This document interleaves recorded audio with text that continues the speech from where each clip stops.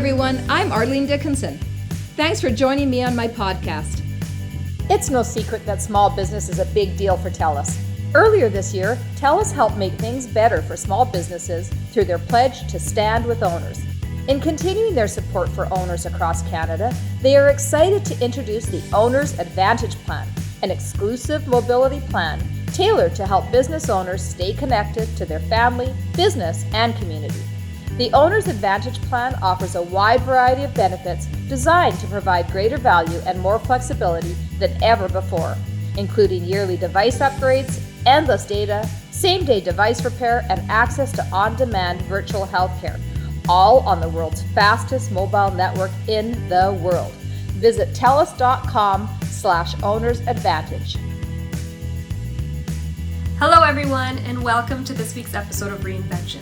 Today, Arlene chats with musician and businessman Jason Sniderman, who some of you may know as Ensign Broderick, his glam rock persona. Music has always been a large part of Jason's life. As a teenager, he would sit in his bedroom and take inspiration from his favorite artists, visualizing the musician he wanted to become. That led to the creation of his alter ego, Ensign Broderick. But after a few live performances went poorly, his father, Sam Sniderman, aka Sam the Record Man, pulled Jason in to support the family business instead, which saw his short-lived music career go into the dark. That is until he reinvented himself and returned, 30 years later.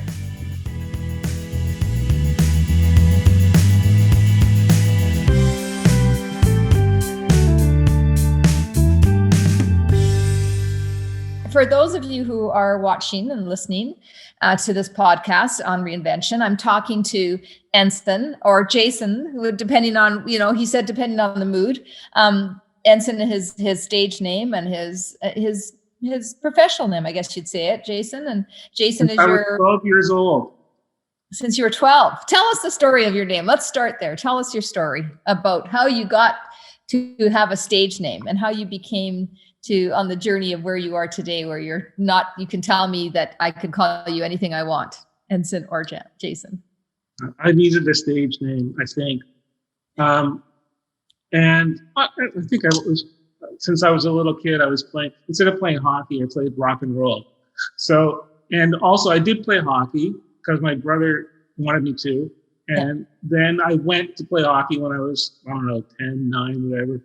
And my mother said I wasn't very good at it, so I kind of went back. She said, "You're not very good at this." So I went back to playing piano. I started playing piano when I was 3, and I hated it.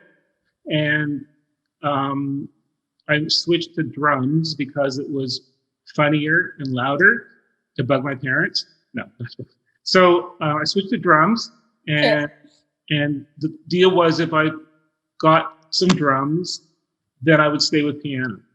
So I stayed with piano until I was 16. My parents, that was probably when I was 6 or 7, the drum thing. My parents would give me a piece of drum gear, not a whole set, but just they'd give me a snare drum for Christmas. And then I get a pair of sticks for my birthday. And then I get a cymbal. So it kind of went until I had a complete set, a small set, but a complete set.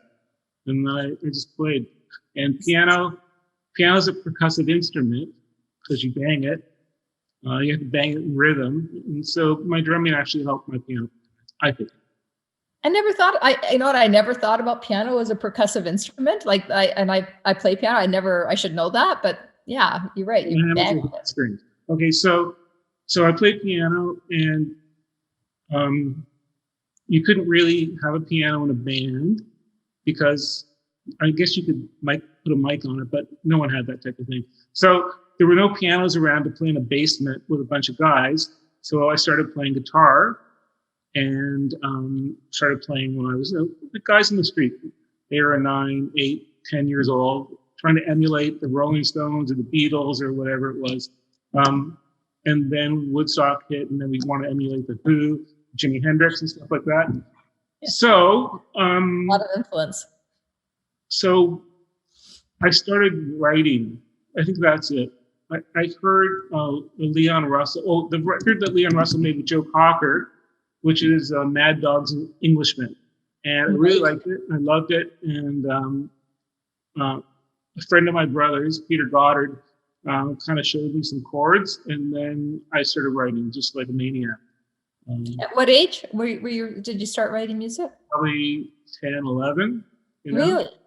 Yeah. I just wrote because I was interested in writing my own stuff because as good as the Stones were, it was all very blues based. I mean, I like rock and roll, I like the blues, all that type of stuff, but I wanted to write music which more reflected my mindset, I guess.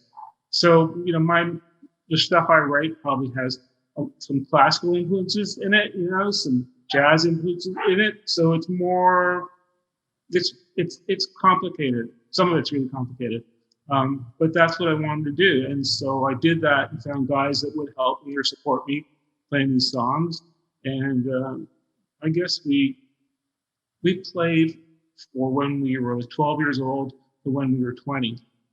And we played during the punk scene in Toronto, which started in 77, I think.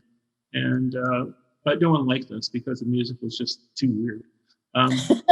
We played a nobody and just like play for ourselves, and we rehearsed like for hours. So I was just listening to some tapes of that. Like I just found them in like the garage, and so I hooked up my cassette player, which if people don't know, it's like it plays little tapes like this size.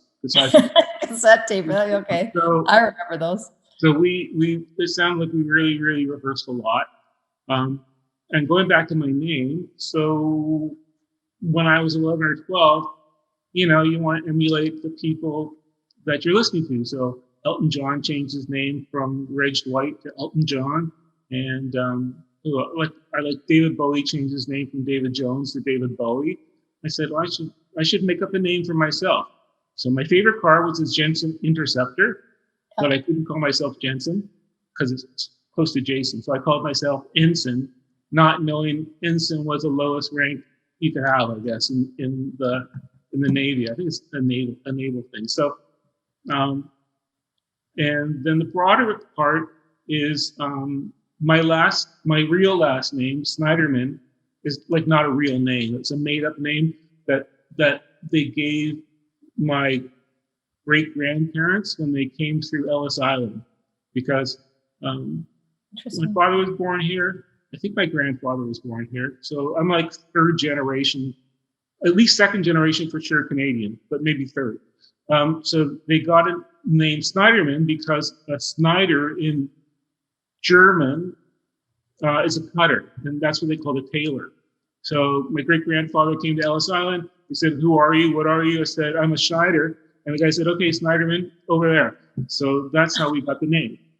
So I asked my uncle before he passed away, Ocean, like, what's their real name? And he goes on, but he went through some papers for me, and he found our real name was something like DeBrook or something.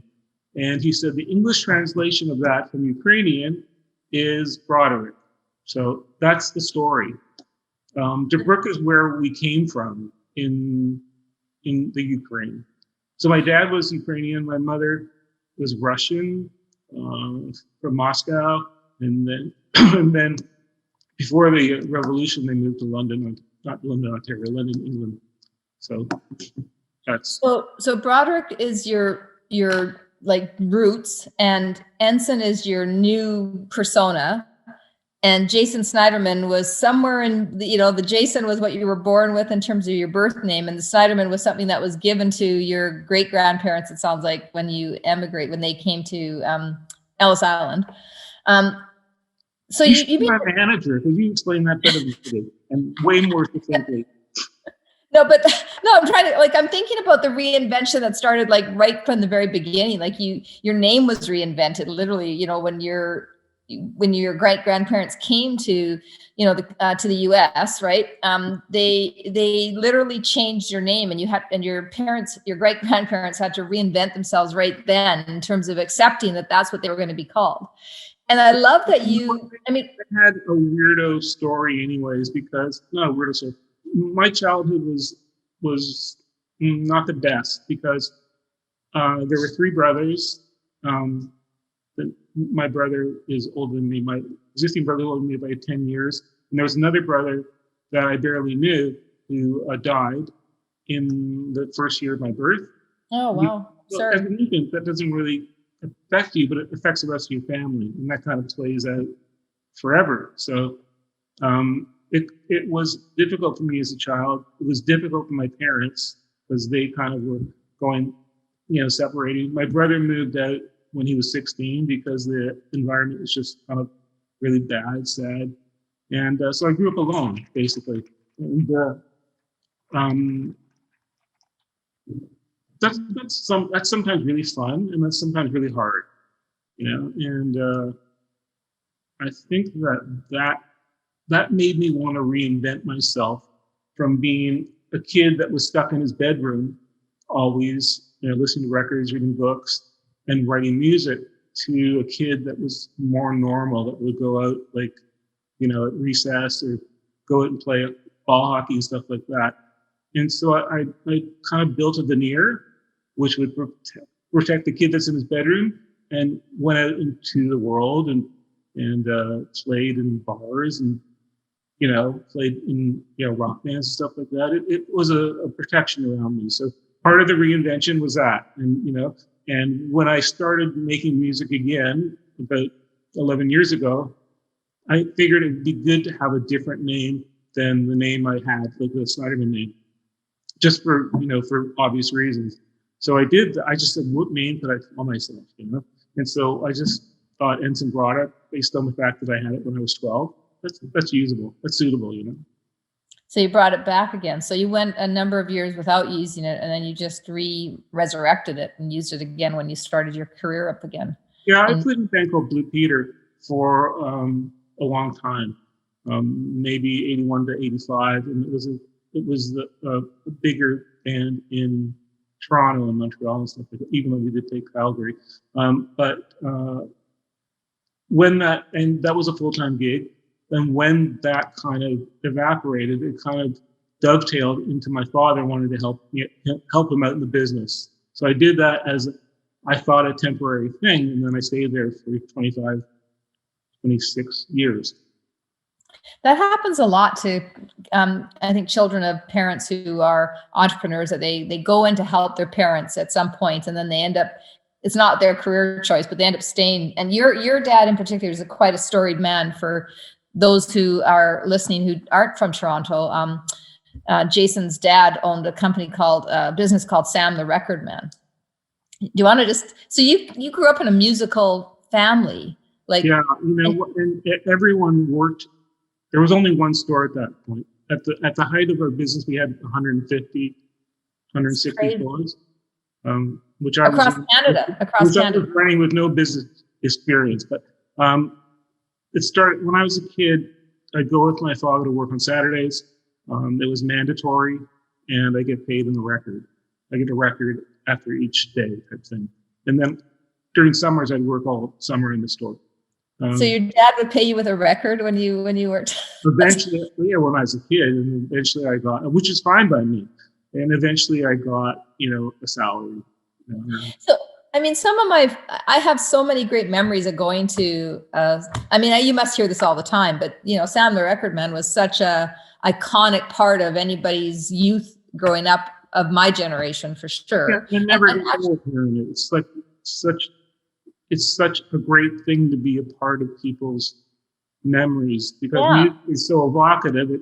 It kind of stirs a feeling inside, as opposed to just a cerebral memory, And I was lucky enough to grow up in that store, which was actually a Victorian house, and two Victorian houses joined together. So it had all these kind of nooks and crannies where a kid could go, and it was never boring being at the store, because if you want to play hide and seek, you could, and if you wanted to work on the floor, you could too. So it was pretty good.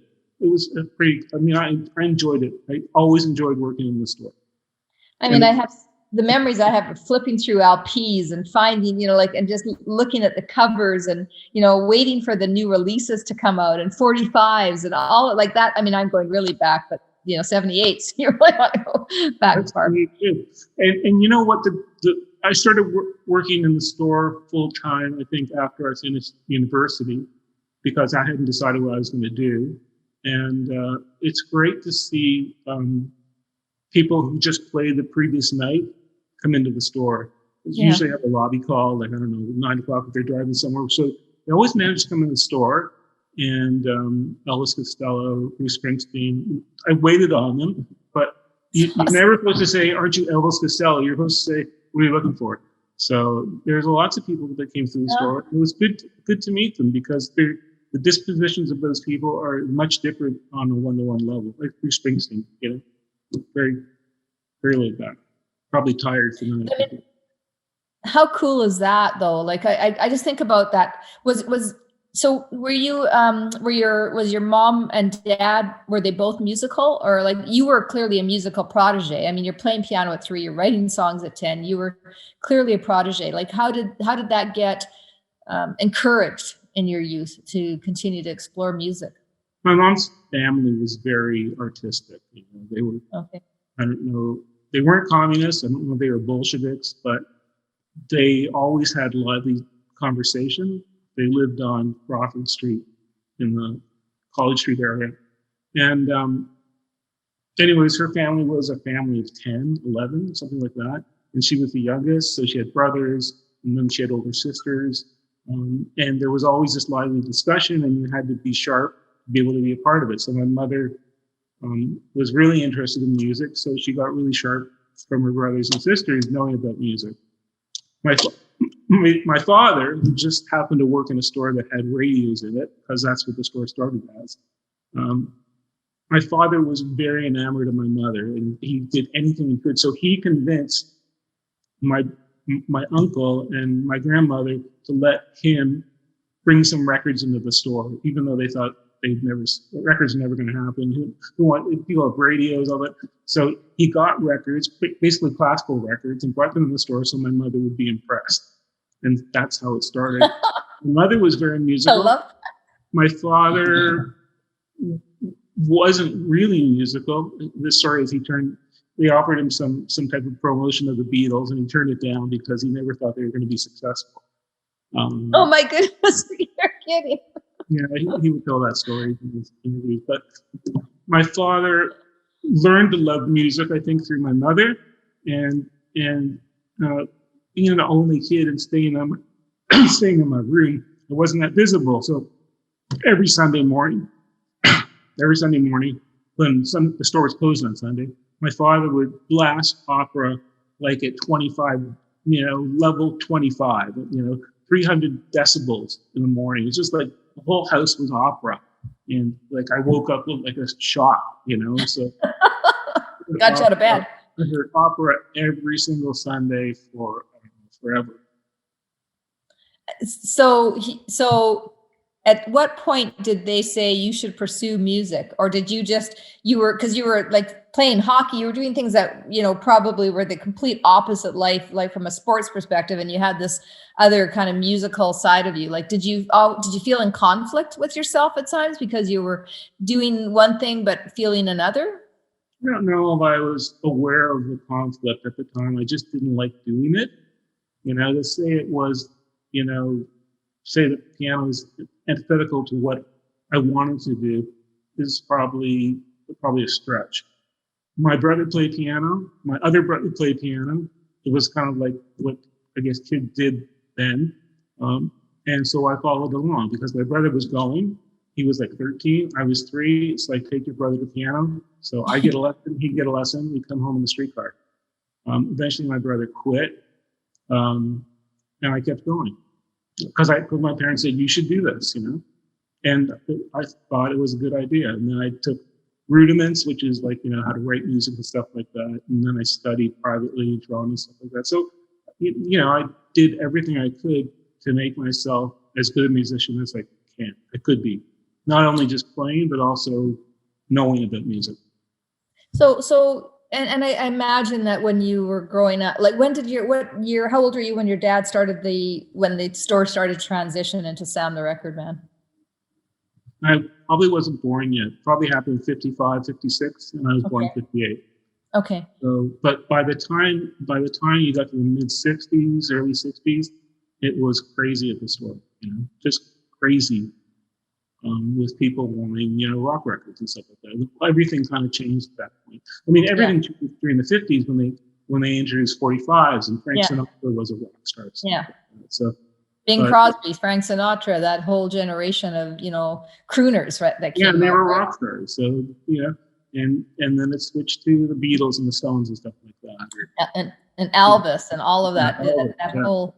So you're growing up in that. I'm just trying to see you as that kid kind of growing up through all of this exposure to music and people and the store, and you're trying to also at the same time figure out who you are and what you want to do and where you're going. And then suddenly as an adult, a young adult, you're in your 20s, you end up going to work in the store full time. How did that feel for you? Like, was that pretty bad when I was in my I think I started when I was 24. So it was not a good thing. It made me sad. It made me long for, playing in a band, being in a band is the most fun ever. You can sleep all day, you can play at night, and then you can stay up all night, and then you repeat it. And I know lots of guys don't like being on the road. I loved being on the road. It was the best thing because I got away from my house, my family, my everything. I became more my own person. Right. But when I was a kid growing up and trying to reconcile those things together, I wasn't cognizant of the difference. They were just compartmentalized. But obviously the compartment music was in, it couldn't contain it. So it just spilled everywhere. And, what happens, I think most musicians will tell you, is you start woodshedding, which means you just play your instrument night and day. So you sit on the couch watching, the Flintstones or something. You have your guitar in your hand and you just play absentmindedly. Or me at the piano watching TV. You just do it. It's like you play 6 hours a day, 7. You don't even notice. So you don't do 10,000 hours. You do like 20,000 hours. Yeah. Your instrument becomes a part of who you are. It's attached to you. The piano's a little bit hard to drag around, but if I ever saw a piano somewhere and it was allowed to be played, I played it. And I was very shy. I was extremely introverted. I was very shy. But as soon as I saw something musical that I could relate to, I became a different person. So tell me, you're in the middle of thinking about like you're building a career in the music industry. You love it. It sounds like, I can feel I just feel the passion you had just explaining them, thinking, wow, like sitting there playing woodshedding. I've never heard that term. So I love that. And then at 24, you get flung back into a business world that really isn't the world that you want to be in. So now you have to reinvent yourself to help your dad's business and build his business with him.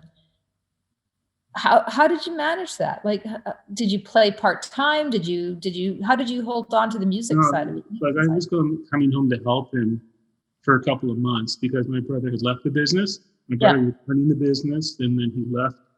And so my father said, come and help me. I'm going to run the business, stuff like that. And then before I got home, he said, the new vice president of Sniderman Record Man will be Jason Sniderman. It's like, I want to be the vice president of anything except, Roxy Music. But I'll be the vice president of Roxy Music or something like that. But, I was... He didn't ask you? He just announced this? I was in Prince George playing a gig. And there was obviously no cell phones or anything. So somewhat how he found it where I was playing and called, and they said, your father wants to speak to you. And so I said, okay, I'll use the payphone. So I used the payphone. It's probably first or second week of January. He said, your brother's left the business. I need some help. I was just about to retire. Can you come home? I said, well, I've got like another 4 weeks of dates. Said, well, this is an extraordinary situation. Tell them that you're sorry, but you have to go home. So we played Prince George, we played Fort St. John, then we played Kelowna. And then in Kelowna, I said, I got to go home. So I did that. And the guys I was playing with were very, very gracious about it. And, I was coming home to help temporarily until they could find a replacement for my brother. And I wasn't expecting to work that long, to do as much as I did in the business, to have all the extracurricular things that happen when you're in one type of channel, you know. So I did the whole thing, top to bottom, and I was emulating my father's stuff because he not only did he run the business, but he did other stuff as well, charity stuff, outreach boards, all that type of thing, government studies. So it wasn't the music part was fun, but I wasn't at the store anymore. I was at an office building like a couple of blocks away from the store, and music wasn't always there. It was basically a business office. So I lost touch with music after probably 4 or 5 years. And it became hard to kind of stay attached to it because the business was really tough. There's a huge amount of competition. It wasn't about the music. It was trying to build a business and have enough. It's about making money. Collateral, yeah, but making money and expanding the business, because all at that time, every record store in North America was expanding, you know, because the market was really good. The market was totally self-sufficient. The record stores or record business at retail always built itself on loss leaders. So the front couple of racks would be, you know, new releases or Stones, Beatles, whatever it is, and they'd be at loss leader prices to bring people into the store. And then the people bought other stuff about catalog. That's what made it work. So when the loss leader business kind of dropped out of the scenario, when Napster and stuff like that came along, the top line wasn't there to draw people in, and then people weren't coming in because back catalog was available online too. So, you know, everyone, not just record companies, but retailers, everyone should have paid attention in 94, 95, and no one did because it was like the gold rush.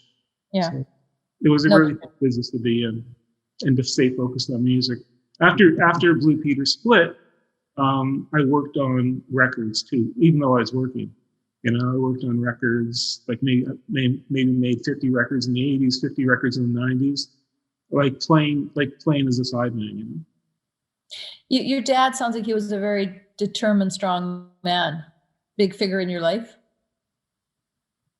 Yeah, since I was a kid, he took me around, not necessarily as his son, but just someone to have emotional support with, because my family was like fractured.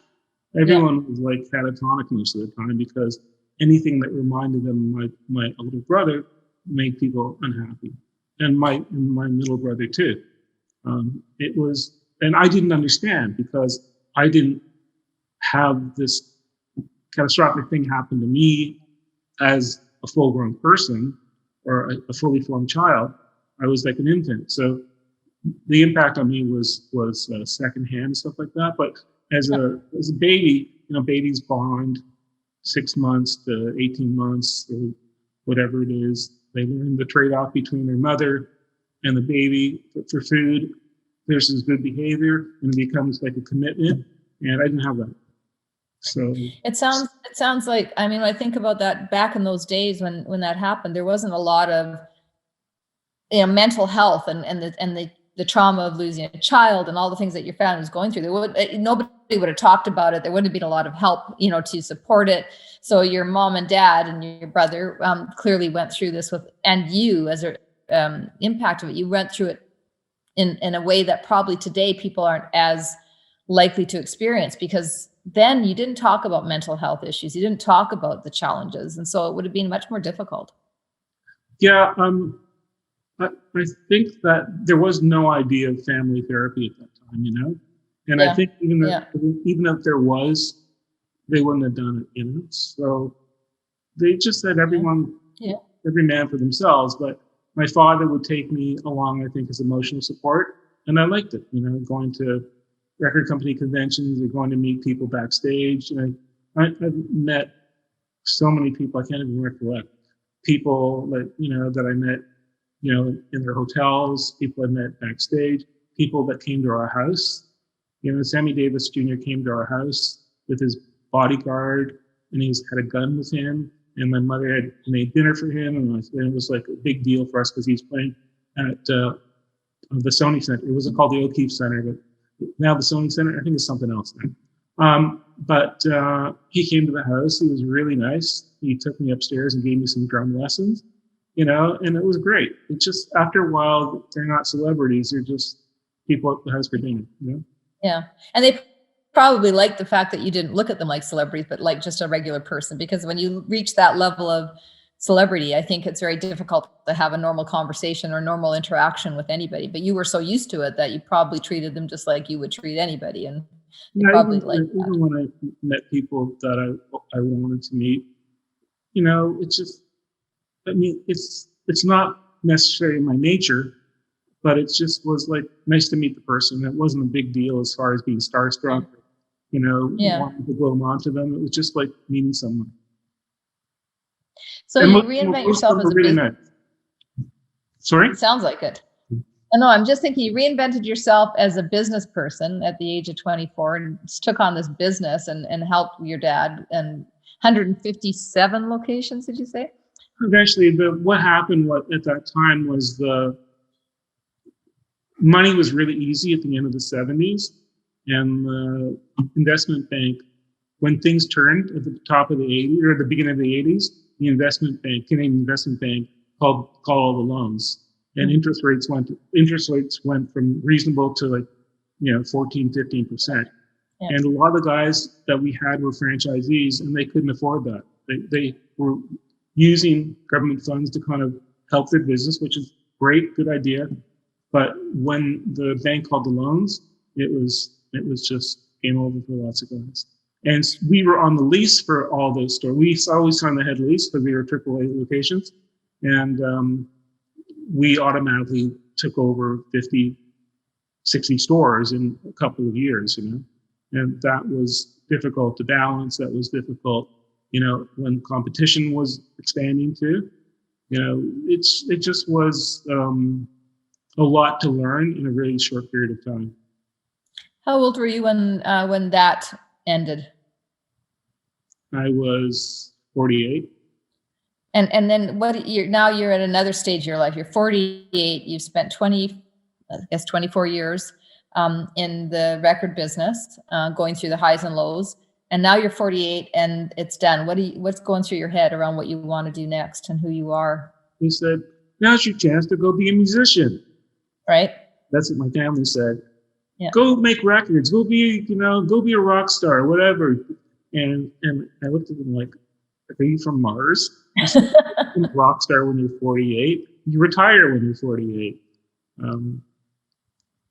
But I did it anyway. I started recording my own music because I had a lot of support from the musicians I knew. They're great to me.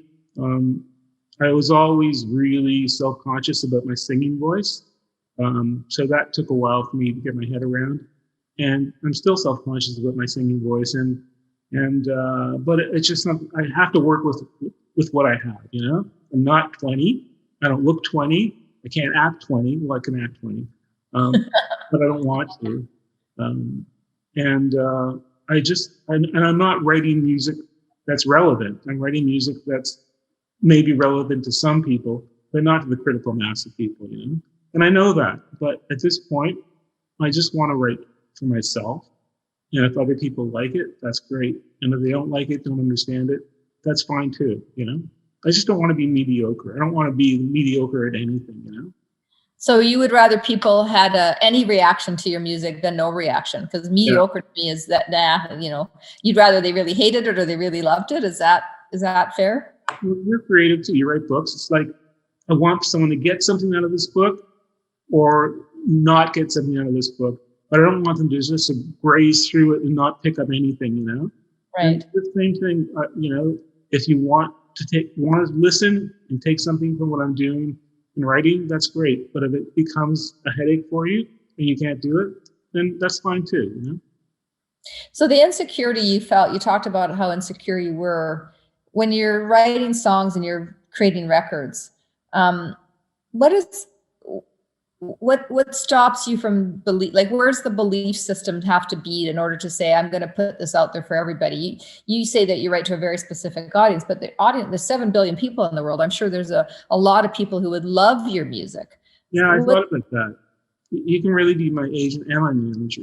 So, I mean, there are, like, out of 7 billion people, there's got to be, my goal was 100 people to like it, And It's more than 100.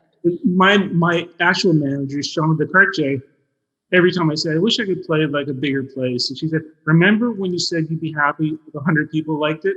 Keep that mentality, And so I'm happy if 100 people like it. I process compliments strangely. I did in the business. I wasn't used to compliments when I was a kid or growing up, but I try to be as mindful as possible. But I really just want to keep, like, when people compliment me, but I really just want to keep writing, keep recording, keep putting it out there in whatever form I can. But they're albums. They're not like one-off songs. So it's like old-fashioned in that respect too. And maybe there'll be an audience, maybe there won't, but at least there'll be some archive of what I've been doing. And the fact is that I released 6 records already, because I had records out independently, and I had a lot of material, and a lot of that material came from 1972, 73, 74. I just took those songs and recorded them. Some of the recordings have recordings I did in 78 and 77 integrated into them. So, cool. I reflect back on that kid, what he was trying to do. I feel badly. I feel empathy for him because he was alone and he was, not happy. But, he was doing what he wanted to do, at least, And he wasn't having to work like, slave labor or deliver a paper. I had the ability to make music. My parents would go away often. Like, when they could afford it, they'd go away for 2 weeks, 3 weeks, a month, Europe, Caribbean, stuff like that. So I had the house to myself. So I turned the house for 2 weeks into a recording studio. So each room was wired. The drums would be in one room, the amplifiers would be in another room, the piano was downstairs, and I would just turn the house into a recording studio. And it was bliss for me. So it wasn't all bad. I mean, I just think that, I think about, the journey of reinvention to me is, I always tell people that one of the things you have to do in order to reinvent is really examine the past, not live in it and not dwell in it and not blame it for anything, but examine it to see what you want to bring forward with you. And I feel like you have done, you really exemplified that, because you know yourself so well about how the past impacted you, but yet you're not dwelling on it. You're just using it to think about how you can move forward with your career and how you can continue to do and get back to what you love. And so when I think about people who always say to me, how do I reinvent myself? I had all these horrible things happen to me as a kid. And I hear your story and I think you had a childhood that wasn't ideal and a lot of challenges, but you figured out a way to carry on. Ensign, where'd you find that strength inside? Like, how did you do that? I think you have to make a clean break, and then you have to have some type of palate cleanser, or like an epiphany, or relationship that's a transient relationship. I forget what that's called, but rebound. You have to get a rebound thing happening. So I in the late 90s, I started taking yoga just because I was losing my mind, and someone said this would be good for you. And luckily, part of the yoga teaching at the studio I was at was also teaching about mindfulness. I said, I know all this stuff already. It's just inherent, it's like common sense. But I did yoga for a long time. And then around 2008, 2007, when the thing was all kind of coming to an end in the record business, the owner of the yoga studio said, we're doing a training in India. Maybe you want to do that. And so I did that. And it'd been the first time I was alone by choice with not many resources. I mean, it's not an Indian thing. It's where I went to practice, the ashram where I went to practice. And it was a really effective palate cleanser, because I came back another person. Being on the road when I was, in my teens and 20s also provided a palate cleanser from being, an adolescent playing rock music, and then going to work in the store. I think you always need something definitive in between. It could be a couple of months, it could be a year, but you shouldn't make plans on marrying your rebound date. It's not really, I don't think it works all the time. Because you're evoking in them or mirroring them as they're a savior, and they can't save you. They can only kind of be there for the time you want to be there. You push all this stuff on the past on them, and then you realize that you don't want someone who's only knows my past. You want a future with someone. So I think that the best thing to do is make a definitive break, which I didn't have a choice in. Find something you can do in the interim just to get your head straight, and then do what you want to do. Love what you want to do. Yeah. I always tell the kids that if you love what you want to do, then you'll be successful because you'll put that much more into it, Well, we have to figure out, some people struggle with what it is they want to do.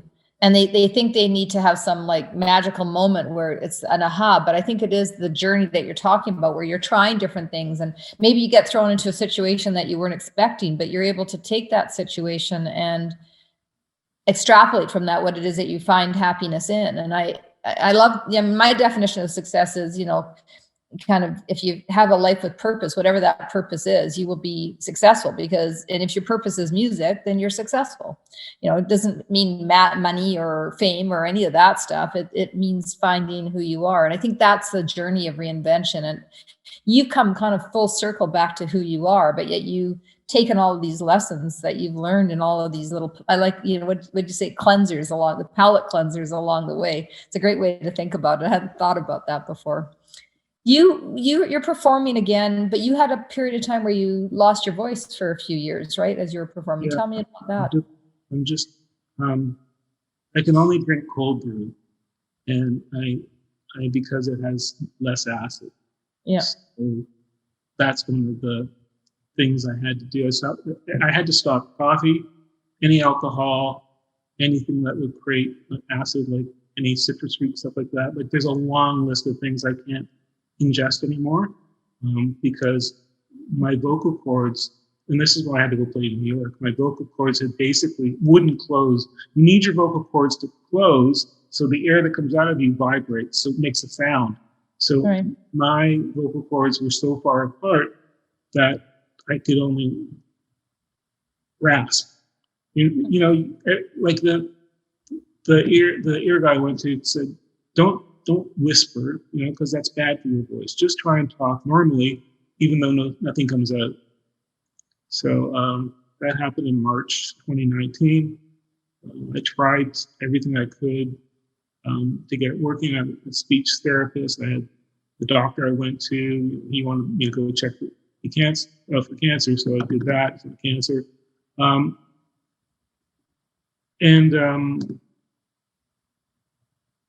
Eventually, the dates in June, remember this happened in March, the dates in June were staring me in the face. And my voice wasn't getting better, it was getting worse because I was practicing as much as I can to be good for the shows. So eventually I wound up taking a massive shot of steroids the week before the show.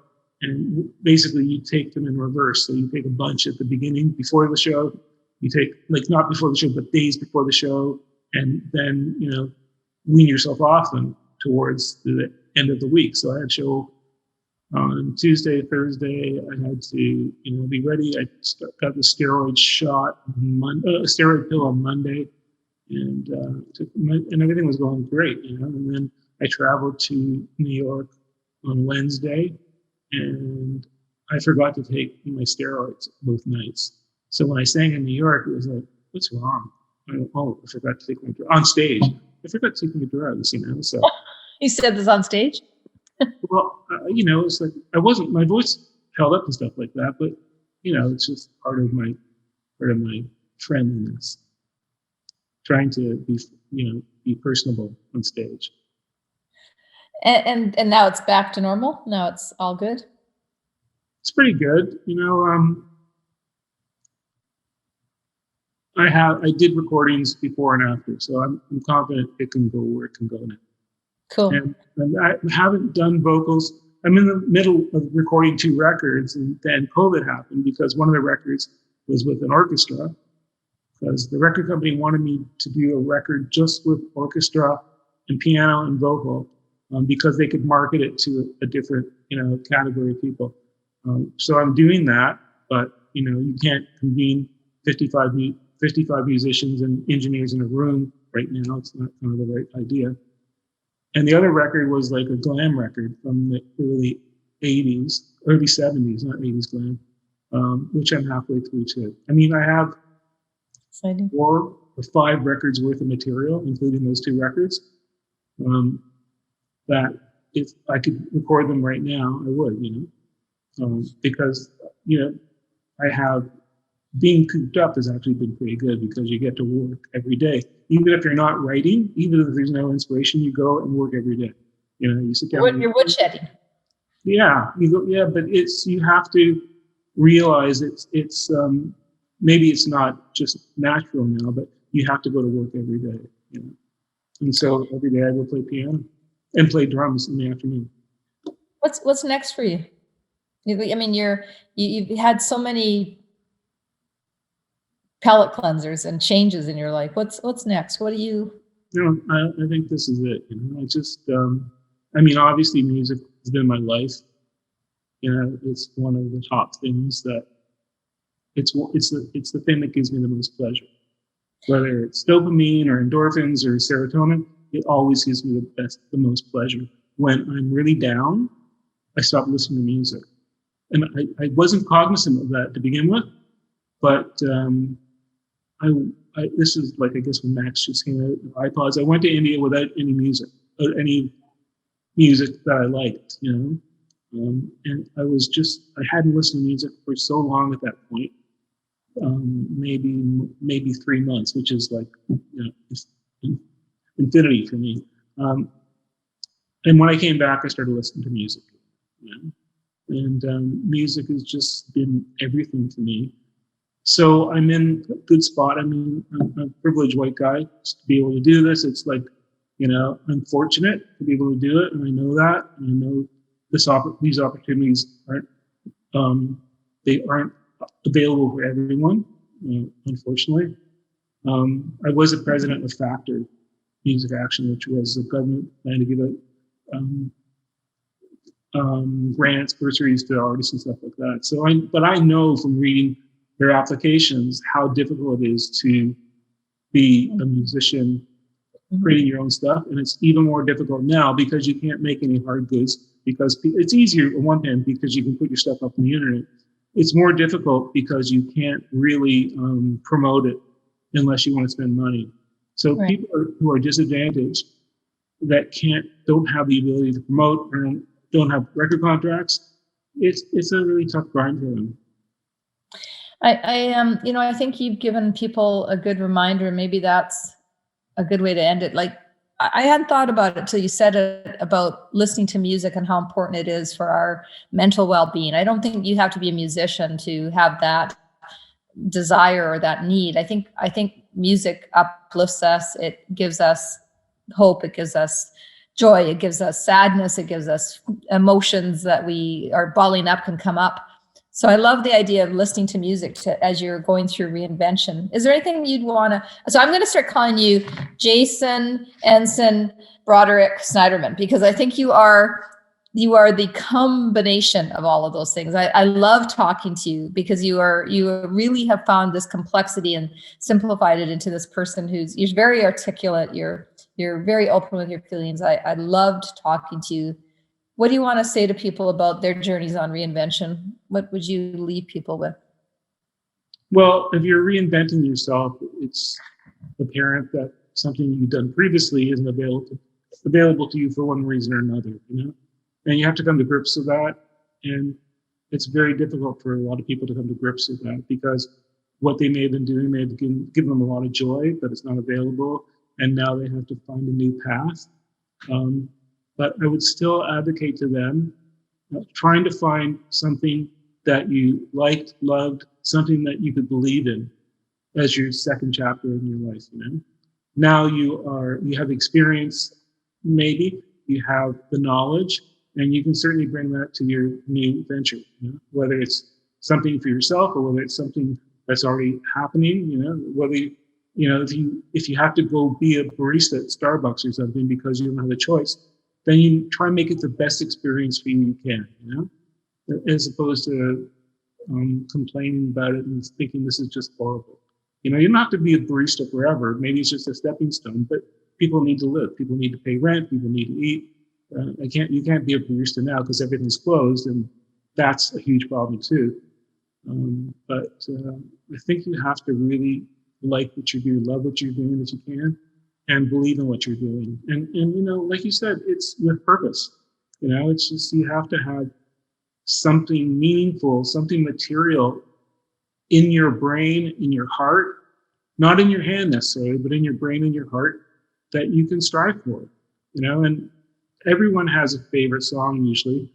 And it's not favorite because they like the music, it's favorite because at some point it touched their heart. And every time they hear that song, it's like it reminds them of that feeling, not necessarily what happened to touch your heart, but that feeling. So it's like a drug, Yeah, at the beginning you said not fascinating. You are fascinating. You really are. I know you don't like compliments, but I'm going to compliment you. And I think I think you've given people a lot to think about, which I really appreciate. Thanks for taking the time to be on the show with me and to share. I feel like I could have just got on and on with you and kept talking, but I hopefully will get another chance to, maybe not on another talk show, but maybe we'll just talk to each other and learn from each other. It was wonderful speaking with you, and you made it so relaxing for me. It was easy to open up and be, free with it. So thank you very much for allowing me the privilege of being on your show. While running Canada's most loved record store was certainly not something Jason planned for, it was a good fit for someone who finds refuge with music. What's truly remarkable about Jason's story is that in a world seeking instant gratification, he did not let the failed performances of his early 20s deter him from revisiting music. Rather, he acknowledged his core purpose and kept owning his skills. At the start of Jason's music career, he viewed success as being liked by 100 people. And while that fan base has surpassed that by a long shot, that same measure of success reminds him of why he's doing what he is today. Stay safe and stay human. Thanks for listening, everybody. This podcast is made possible by the great folks at Venture Communications. Thanks to our engineers, writers, producers, and all the folks who work really hard to bring you these great stories of reinventions each and every week.